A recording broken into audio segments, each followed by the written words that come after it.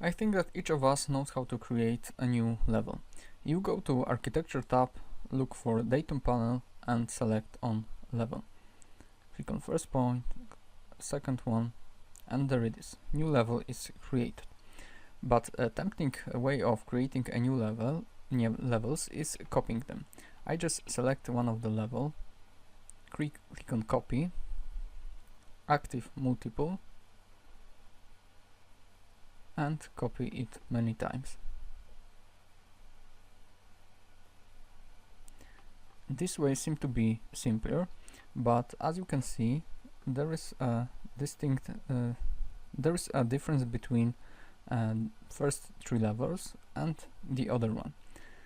First three level symbol is filled with blue, which means that the corresponding floor plan is created. For other levels, there is not a plan created, as you can see in the project browser. So the next step we have to do is to actually create a new levels.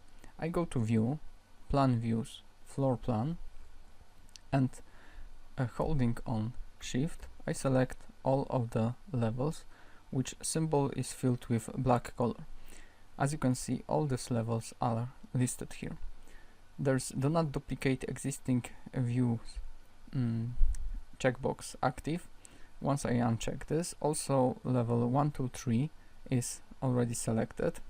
For those we do not want to create a new duplicated view, so I check it. I click OK, and you can see that these floor plans are now created in my project browser. When I go back to elevation view, these levels have a blue color filled symbol, and actually it's a link to the floor plan.